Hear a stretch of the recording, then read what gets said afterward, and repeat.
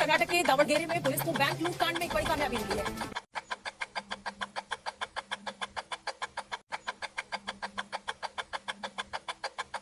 यहाँ पुलिस ने चोरों से करीब 17 किलो सोना बरामद कर लिया है और इसकी कीमत 13 करोड़ बताई जा रही है। साल 2024, जगह न्यामती, कर्नाटक।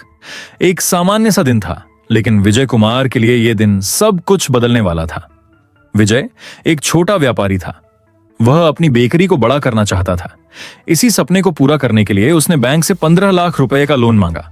बैंक वालों ने विजय को बुलाया, कागज दिखाए, पूरा प्रोसेस समझाया और फिर सीधा जवाब दिया, आपका लोन रिजेक्ट कर दिया गया है। वजह दी गई, कमजोर CBIL स्कोर। विजय के लिए यह सिर्फ एक झटका नहीं था, बल्कि उसके सपनों का टूटना था। विजय सोचता रहा, इतनी मेहनत के बाद भी सिस्टम भरोसा नहीं कर रहा। वो गुस्से से भरा हुआ बैंक से बाहर निकला। तभी उसने खुद से एक वादा किया, अगर ये बैंक मुझे इज्जत से जीने का मौका नहीं देगा तो मैं इस बैंक से अपना हक छीनूंगा। यहीं से शुरू हुई एक खतरनाक योजना, जिसकी गूंज बाद में पूरे देश में सुनाई दी। विजय जानता था कि अकेले ये काम करना नामुमकिन है। उसे साथ चाहिए था भरोसे के लोग, ऐसे लोग जो बिना सवाल किए उसके साथ खड़े रहें। सबसे पहले विजय ने अपने छोटे भाई अजय कुमार से बात की। अजय ने हालात को समझा। कुछ देर सोचने के बाद बोला, भाई जो करना है करो, मैं तुम्हारे साथ हूं। इसके बाद विजय ने अपने बहनोई परमानंद को प्लान बताया। परमानंद भी पैसों की तंगी से परेशान था। उसने भी बिना ज्यादा सोच विचार किए हामी भर दी।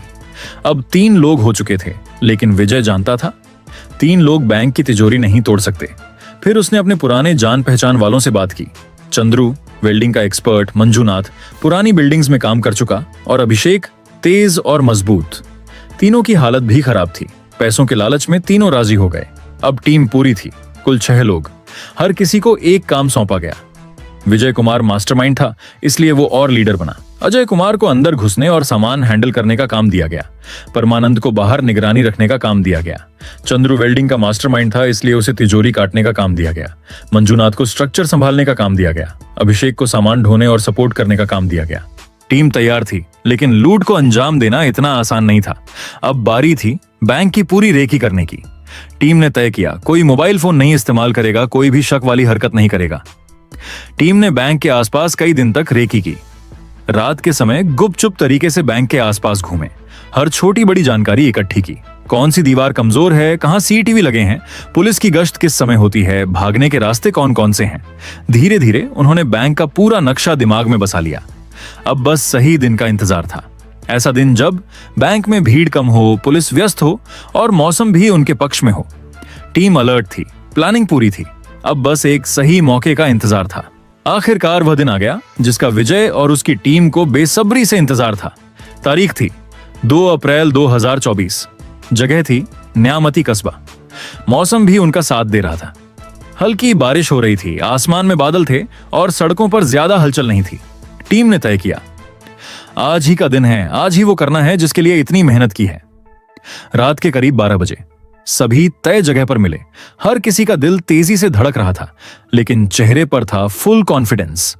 विजय ने सबको आखिरी बार समझाया, कोई भी गलती नहीं होनी चाहिए। अगर पकड़े गए तो जिंदगी भर पछताना पड़ेगा।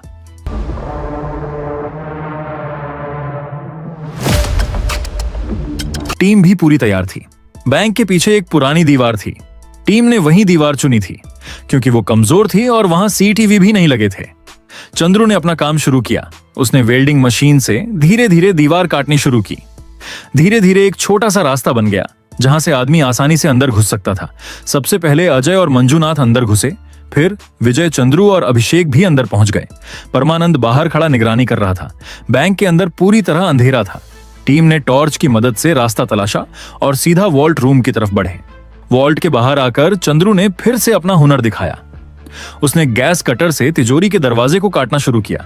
यह काम बेहद जोखिम भरा था क्योंकि हल्की सी गलती पूरे सिस्टम को अलर्ट कर सकती थी।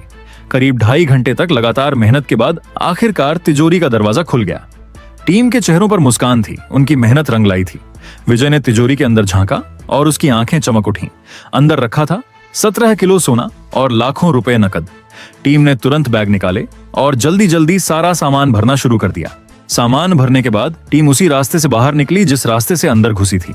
परमानंद ने पहले से गाड़ी तैयार रखी थी। सारा माल गाड़ी में रखा गया। टीम ने बिना वक्त गवाए गाड़ी स्टार्ट की और शहर से बाहर निकल गई।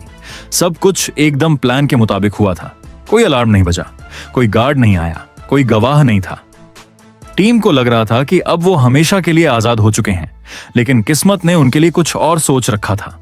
टीम ने बैंक से निकलते ही राहत की सांस ली थी। गाड़ी में रखा था 17 किलो सोना और भारी मात्रा में नकदी।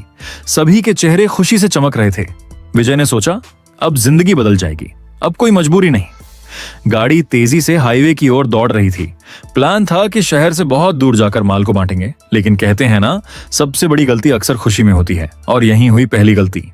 विजय कुमार जानता था चोरी करना आसान था, लेकिन उसे छुपाना आसान नहीं था। उन्होंने चोरी के सोने का एक बड़ा हिस्सा तमिलनाडु के मदुरई जिले के उसिलामपट्टी कस्बे के खेत में एक 30 फीट गहरे कुएं में छुपा दिया।